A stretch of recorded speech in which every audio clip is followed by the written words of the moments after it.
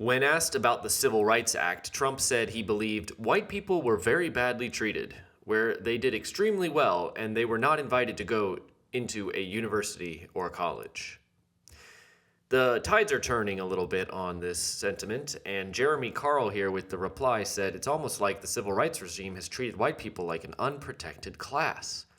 And he's got his book here, The Unprotected Class: How Anti-White Racism is Tearing America Apart.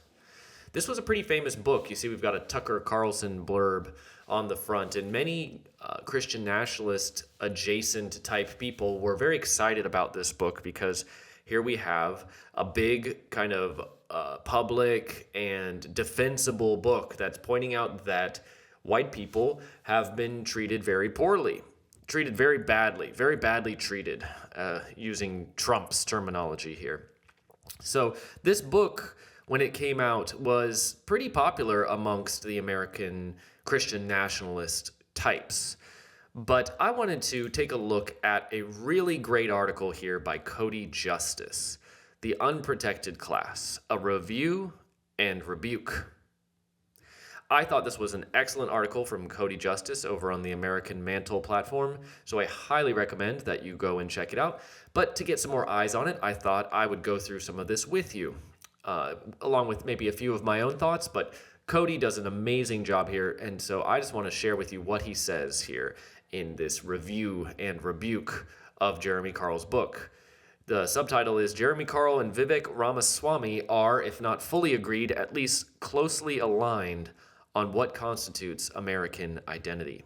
And this will be sort of the whole gist of the article. What is an American? That's still a question that seems to be open for many people. We need Matt Walsh to make another movie. What is an American? I don't think Matt Walsh wants to make that movie, though, because the answer to that question is not very popular. So let's take a look at what Cody Justice has to say. What do Chris Rufo, Rod Dreher, Victor Davis Hanson, Charlie Kirk, Heather McDonald, Peter Kirsanow, and Tucker Carlson all have in common? Each one wrote a blurb for Jeremy Carl's book, The Unprotected Class. The combined praise from this conservative pantheon is robustly repetitive. In his outstanding book, Carl bravely exposes, documents, and names the racialist ideology that is tearing America apart. It's a stunning work of exceedingly rare bravery. It's a prescient landmark book, which can help you figure out the pathological war on white people in America. Carl explains the taboo of using the word white non-pejoratively and demolishes the false narratives about race. So says the Pantheon. But is this the full story? It is not. Carl commences his introduction by reviewing the seminal parts of The Summer of Floyd and by foreshadowing through a series of questions the content of his book. How did we get here? How did the civil rights revolution run off the rails? How can we correct course? And why is it necessary that we do so? The book is, allegedly, dedicated to asking and answering these questions. Carl admits that the narrative of white privilege is rapidly changing, but in a confession of conservative modesty, he assures us that his arguments run against officially approved narratives. Just before he takes an ironic jab at Buckley, garnished with Latin. Democrats have waged war on white Americans, Carl notes, and Republicans, if they even manage to mount something tantamount to a defense, are typically tepid, though Carlson, Kirk, and Walsh are exceptional stalwarts. Republicans have impotently defaulted to the exclamation, "I don't see color," in the midst of anti-white animus. But Carl isn't writing for whites, nor for white Americans. No, like the liberal, this rare, brave man who dares fill the breach is writing for all Americans, a term he never defines and which in practice means virtually anyone. Carl suggests we must focus on the rights outlined in the Declaration of Independence as a tactically and morally superior strategy over focusing on whiteness. But he never bothers to define whiteness either, or why it's a bad strategy, nor does he point out that the Declaration was the product of white men. To be sure, Karl, in a mix of candor and his own form of tepidity, implies that the wrongs done to whites are because they are white, and that this concerns whites as a group, not simply as individuals, but definitely not as a race. He doesn't seem to regard them as such. African Americans, Karl capitalizes this group, but not whites and not white Americans, secured their natural rights through MLK's political organization. And apparently, judging by Karl's own word choices, they did this as a group, not as a race. No mention from Karl about Jewish involvement here behind MLK. Karl lists some of his bona fides to assure us of his qualifications to write this book. Scholar, activist, government official, and advisor for nearly 30 years. He has served the president, his state governor, the Hoover Institute, and now the Claremont Institute, touching upon race, immigration, and national identity, though he later says his work really hasn't focused much on race, but on environmentalism. The left, he notes, uses racism as a political weapon, and conservatives reflexively self-censor, a dynamic which he rightly judges must end. But we can only respond, "Physician, heal thyself," for in the next sentence he betrays his own infidelity to the call. Racism exists in America today against whites, he says, but more than that, he doesn't deny in any way that America's past includes racism. In fact, he will confess these sins later. From whom exactly is this double negative not denial intended? Is this just a negation, or is something being affirmed, noted, or confessed? If so, what is it? What is racism? Is it bad? If so, why? If not, why not? Where did the word come from, and whatever it denotes, where was it in our past? What did actual Americans and American laws say about race? Do contemporary assumptions about race and racism align with or diverge from that? If they diverge, just what exactly is American about such assumptions? Karl is little concerned with asking, much less answering such questions about race and about discrimination, which he assumes is bad, so he is therefore not concerned with clarity on fundamentals. Karl diagnoses that America is in the midst of a rapid demographic and even civilizational transformation. So far, so good, though note the use of demographic here in place of race, exactly what R.R. Reno does in his interview at American Reformer last year. Karl, of course, seeks to undertake the work of a balanced diagnostician. Thus, he doesn't place primary blame on non-whites, but on a small number of elite liberal whites who, Karl says, quoting from the black writer Zora Hurston, are of my race but not my taste, skin folks but not kin folks. Karl is being half honest and half shy here. He is not white, he's Jewish. But the unstated assumption here is that he is white, though not white like the liberal whites whom he blames. In other words, Karl is a Jew who claims to be a white when it can benefit him and is not white when it doesn't. I want to stop here real quick and just comment a little bit on this paragraph, especially the use of the word demographic. Look at this quote from Jeremy Karl. It says, America is in the midst of a rapid demographic and even civilizational transformation. This use of the word demographic is really interesting. I've seen it other places as well. There's a lot of words you can use here. You could say we're in a cultural dispossession. Our culture is being stolen from us, which is true. You could say it's a racial replacement, that the race of American, the classic American race that has been American since the beginning of this country, is being replaced by others who are not this race, and that would also be true.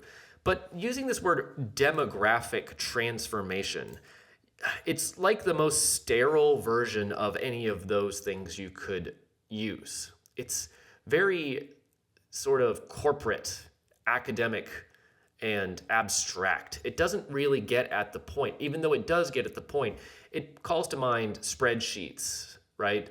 And statistics, and some kind of large-scale engineering analysis of what's going on, instead of the truth, which is, as he said, rapidly, we are being replaced. The people who are here, and you want to talk about them as a race or as a culture or whatever they are, the Americans are being replaced.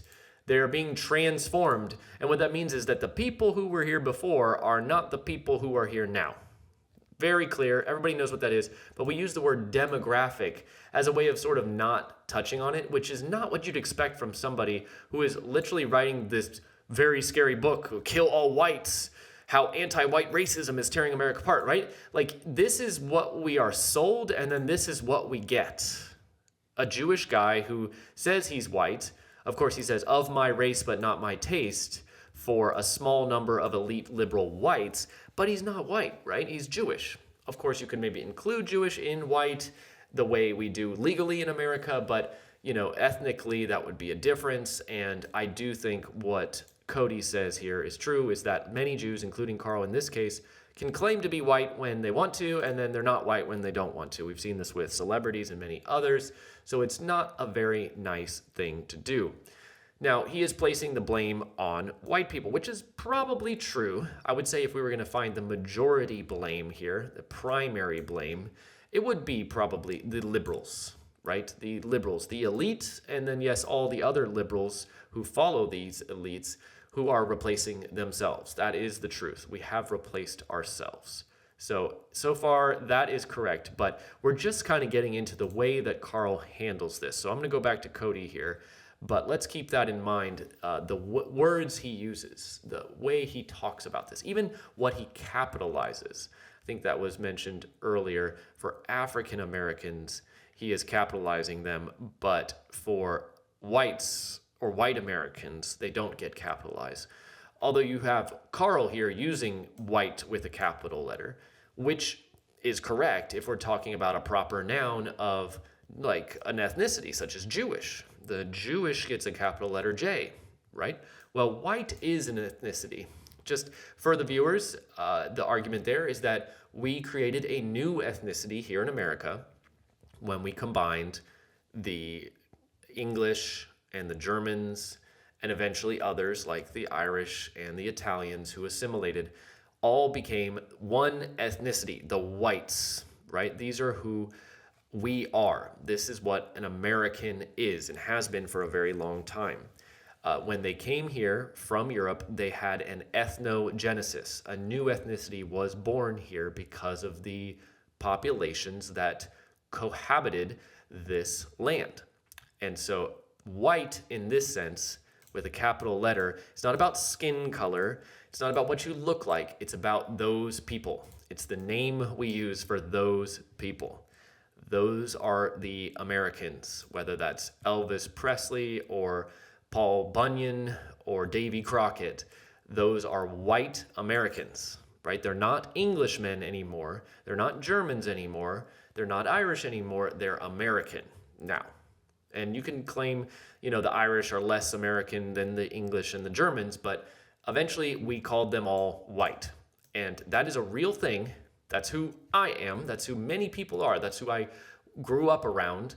That's the people who created this country, actually, in the vast majority of all of our population. The people who built our cities, the people who sent man to the moon through NASA were these people. They have a name, and we call them white Americans or just Americans. But if we're going to distinguish between an African American and a white American, we would use white. And so that is a real thing, a proper noun that gets the capital letter. That's why that matters. And our enemies know this as well. Let me find that. Here it is. The AP, the Associated Press, says it will capitalize black but not white. This was a decision back in 2020, literally to capitalize the word black when used in the context of race and culture, but not for white. The AP said white people in general have much less shared history and culture and don't have the experience of being discriminated against because of skin color. Well, what does it mean in the English language when you have a capital letter? That means it's a proper noun. That means it's identifying a real thing, right? It's not just a description of something. It's a thing in and of itself. And they're capitalizing black because of race. They're saying this is an ethnicity. This is a culture. It's black culture. White don't get to do that. Why? Because in general, they have much less shared history and culture. We don't have a shared history and culture. Well, what do you call Davy Crockett? What do you call Walt Disney? What is Walt Disney's culture? What is Walt Disney's race? What is his ethnicity? Well, you could just say American, but these same people would call the blacks American too. They would say, well, they're part of American, they're black Americans. So then if they're going to become black Americans because of their shared race, how come we don't have white Americans, right? This is a real thing. This is how the left works. It's how they win wars. They have these linguistic rules that they put out there. And also, whites don't have the experience of being discriminated against. Why does being discriminated against give you the right to have a shared history and culture, right? Why is being a victim make you more of a real thing than not, right? It's like almost like you get this status, and we see it still being used today. Here's just from 2025, black people are still capitalized. That is still capitalized in the Wall Street Journal here. Black people, black people. But then when you get to white, Cecilia, who is white, this is a lowercase white. So it's almost like in this context, we're talking about her color. This is just about skin color. It's just what she looks like. But in this context, black people, capital B, they are an ethnicity because they have a shared history and culture. So they get to have an ethnicity and white people don't. They just get to have a color because, you know, in the end, they don't really have a shared history, right? So that's why it does matter that Jeremy Carl does not capitalize the letter W in the word white when he's talking about white Americans. It's actually breaking the rules of grammar here for a reason. And I wonder what that reason would be, especially when you're writing a book about anti-white racism. Is this not a form of anti-white racism? Does this not scream anti-white prejudice, anti-white sentiment? Yes, it does, Jeremy Carl. Why are you going along with it? I don't know. Let's continue. He ends his intro as he began, with a series of questions. What happens when the builders of America lose dominance and become disfavored? What does a post-white America look like? Can America and its institutions survive such a transformation? Carl fears if we do not course correct soon, then civil strife and racial violence are coming. Finally, he says, something actually useful and fully honest, although in truth, both these things are already here and will remain so for some time. So he's saying civil strife and racial violence are already here and will remain for some time. Unfortunately, the omission is neither meaningfully developed or courageously handled. The reason for this is that the book is little more than a data dump of surrender. Carl cites facts, but seeds frame everywhere. Of course, he's not an idiot, so he seasons his submission with the occasional zinger to signal that, though the enemy has conquered him, his mostly willing service is not entirely unreluctant. Leave it to the conservative and his beautiful loser way to think that this is a viable strategy to awaken people to existential crisis and galvanize them to action. This is a great part. This is a great point by Cody. This beautiful loser mentality. We're just getting into it, so we need some examples, and Cody gives us a lot of examples. But this beautiful loser way has been the way of the conservative forever. Forever. We will lose, but we aren't happy about it. We will lose, but we're going to tell you about our dissatisfaction as we lose. We're going to grumble. We're going to complain. That's not worth it. That's not good enough. I'd rather you just not say anything at all if you're just a beautiful loser. And if his strategy here in the book, if Jeremy Carl's strategy is to awaken people to existential crisis and galvanize them to action, you don't really think that this would be what you would do, is it? Well, it's really all about frame. I think that Cody is absolutely correct here, but I think Jeremy Carl would not agree because Jeremy Carl has a different frame. He has the liberal frame. And if we're going to be extremely charitable as we can be, he doesn't know it. He doesn't understand that he has the liberal frame. And if he does, maybe he thinks it's necessary. Maybe he thinks it's not possible to give up the liberal frame. But as Cody very clearly understands, it is the only way to victory is to give up the liberal frame. Giving up liberal frame is the only way we can stop anti-white racism from tearing America apart. Now, the problem is his definition of America is probably a liberal definition. He doesn't want an America that's not liberal. But the liberalism is what is tearing apart America. And you cannot save America without jettisoning the liberalism. Getting rid of the liberalism is the only way out of this that we're going to get. So what Carl is doing is not awakening us to existential crisis. Well, it is only if we're just going to surrender. So if we're just black-pilling people, then maybe you can awaken them. But it's certainly not galvanizing them into any action that's going to win. Let's look at the examples that Cody shows us on how Jeremy Carl gives us a liberal frame and how deeply that undermines the whole idea of saving white America. Yes, Carl says and documents true things. He says that a great replacement and a great historical erasure have happened, and we cannot pretend otherwise. He even later capitalizes it. Capital G, capital R, great replacement, and claims that anti-white discrimination in America has become a matter of life and death. He says that, though we are now a multiracial, multicultural country, nevertheless, from the American Revolution forward to the Hart-Celler, we are effectively a supermajority white country, that wokery and anti-white evil, with all their tentacles, have reached into many domains: education and academia, business and the workplace, entertainment and politics, real estate and history, jurisprudence, criminal justice, tech and otherwise, and wrought chaos, oppression, and dispossession. That the civil rights regime, as Caldwell has argued, is really a revolution and effectively acts as a new constitution, and all such things. He even admits that race is rooted to some degree in biology. Granted. But saying true things is not always brave. Cowards can do that.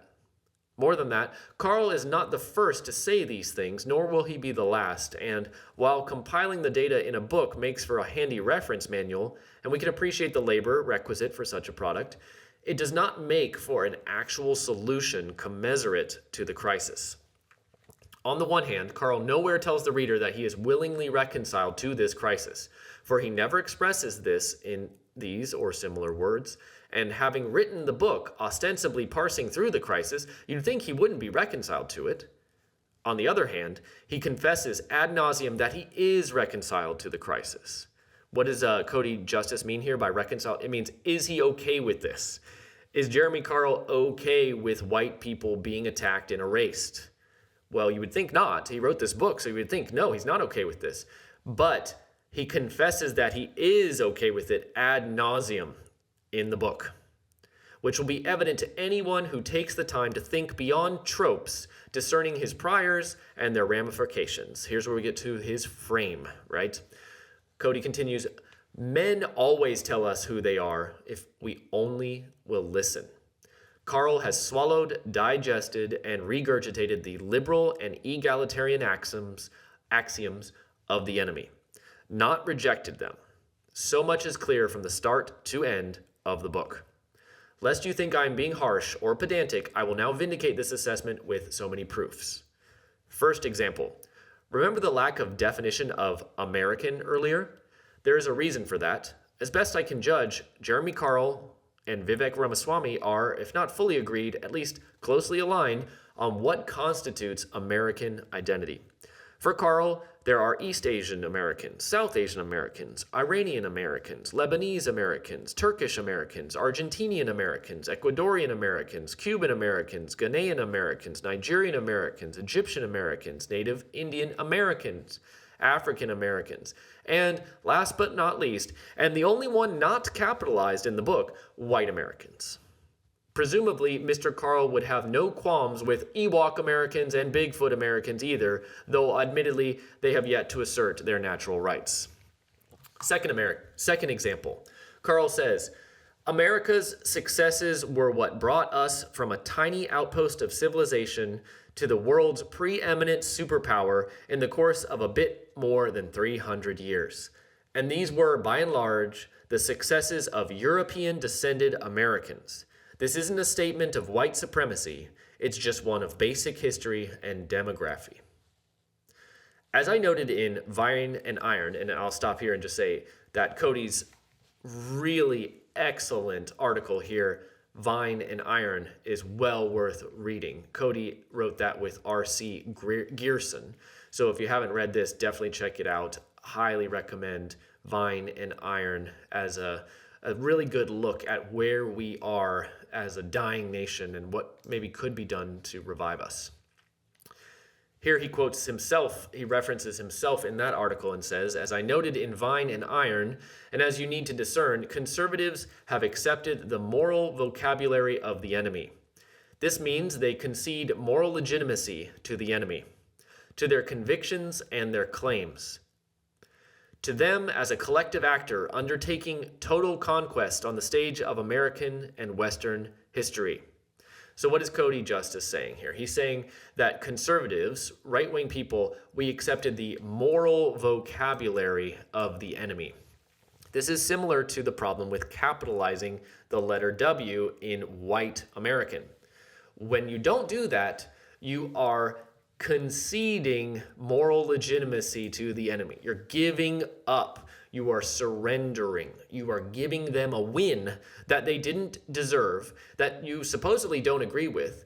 And so you either don't know you're doing it, or you're on their side of the argument. Those are your only two options there.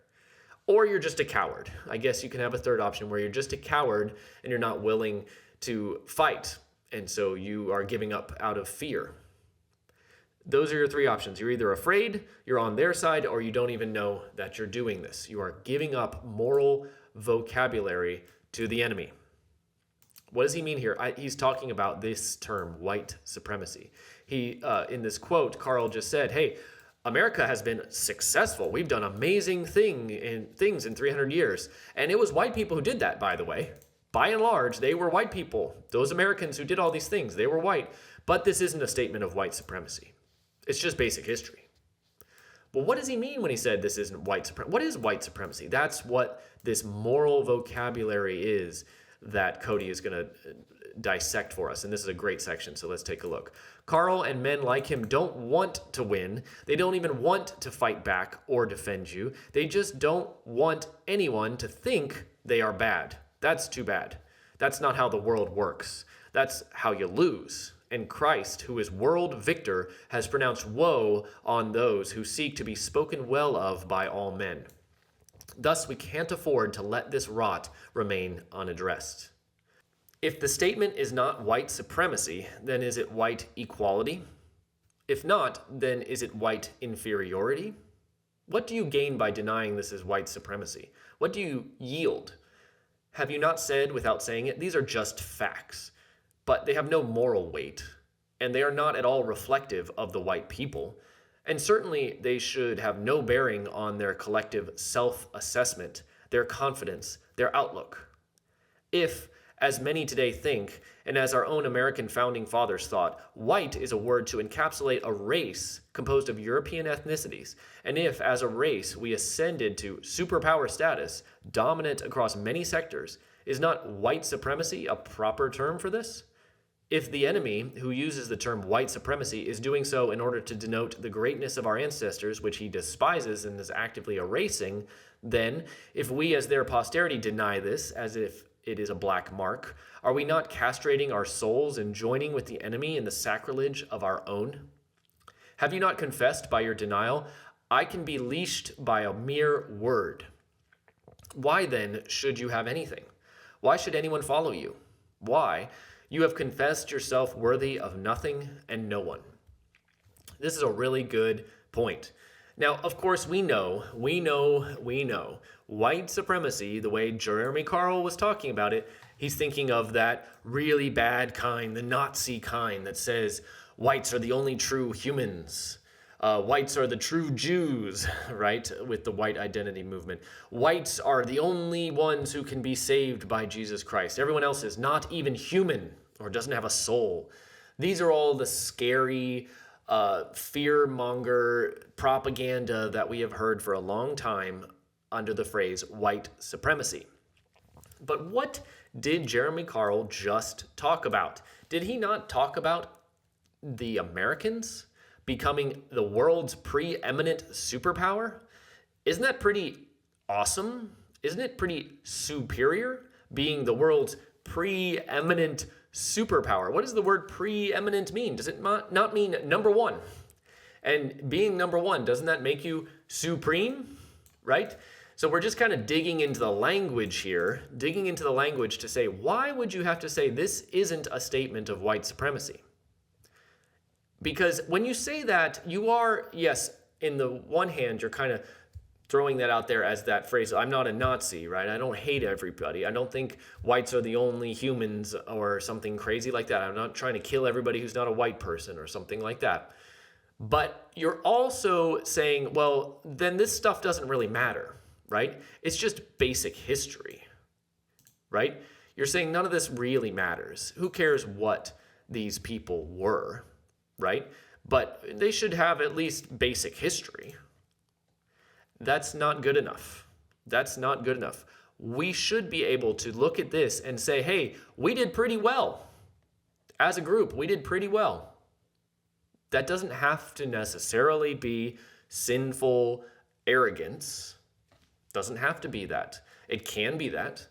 And yes, when you are preeminent and pretty powerful, you should be careful about arrogance. As a Christian, I believe that 100%. Arrogance is a true sin. And the stronger you are, then the more you should beware that sin of arrogance, because it will tempt you even more if you are strong, if you are superior. But the answer to that is not to deny that we have anything good. The answer to that is not to hate ourselves, right? And above all, does it not mean that we are giving moral vocabulary to the enemy, letting them define what this stuff means? I think this is a very good point from Carl that we need to look at. No more letting them throw around terms like white supremacy or Nazi to scare us into saying, okay, you're right, we'll just do whatever you say. As Cody says, that just says, I can be leashed by a mere word. It just says, I am controllable. I am controllable because you scared me. And I don't want to be seen as a Nazi because that would make people think I look bad. And as Cody says, that's too bad. You can't be the kind of person that just doesn't want anyone to think you are bad, because that's not how the world works. That's just how you lose. And Christ, who is world victor, has pronounced woe on those who seek to be spoken well of by all men. So yeah, we aren't going to be like that. Even if this will make you look bad, don't use the enemy's language or the enemy's capitalization to make yourself look good, okay? Especially not when you're trying to write the big book on how anti-white racism is tearing us apart. That's not the time to be fearful. If you're the big guy who's like writing the seminal work that's going to blow the lid off of this, then you can't be afraid. You can't be afraid. You have to be strong. And I know this may seem like making a mountain out of a molehill, but there are many more examples, trust me. We have, I think, 9 examples here, but I think I'm going to take a break here. Maybe I'll come back and do part 2 and do the second half of the article, but you can go and read it right now on American Mantle. It's definitely worth a read through. As you can tell, Cody is a clear thinker, and he is dealing with a very controversial and difficult question in a very helpful way, I think. The question really is, what is an American? And do white people, with the capital W, does this ethnicity, does this group of people get to have a shared, what do they say, shared history and culture? Do we get to have our shared history and culture? Because guess what? That's all I got. That's who I am. That's what I grew up in. I grew up watching Disney movies and hanging out with white Americans for the most part. I mean, not primarily, not exclusively, you know. My family didn't hate black people. I could hang out with black people. I could hang out with Asian people. I could hang out with foreigners. But who am I? Who is my people? What history and culture do I come from? It is the white people, the white Americans, which, by the way, are just mostly Americans. For the longest period of our country, those were the Americans. Like 90-something% of us, right? So those people, for some reason, we don't even get a capital letter anymore. And Jeremy Carl, who wrote this book, saying how bad this is tearing us apart, doesn't even capitalize our letter either. So at the best, that's just inadequate. If you're going to be the guy to write this book, you have to do better than that. You have to do better than that. And at the worst, what we'll get into maybe in part 2 is that it's liberal. It's part of the same poison that got us to this place in the first place, that got us here. That liberalism that says, well, you don't need a shared history and culture. We can just have multiculturalism, multiracial, multicultural, everybody together. Oh yeah, but everybody else, they get their own culture, but you guys don't get to have your culture. Isn't that funny? Why is that? Oh, I know. It's because you don't have the experience of being discriminated against.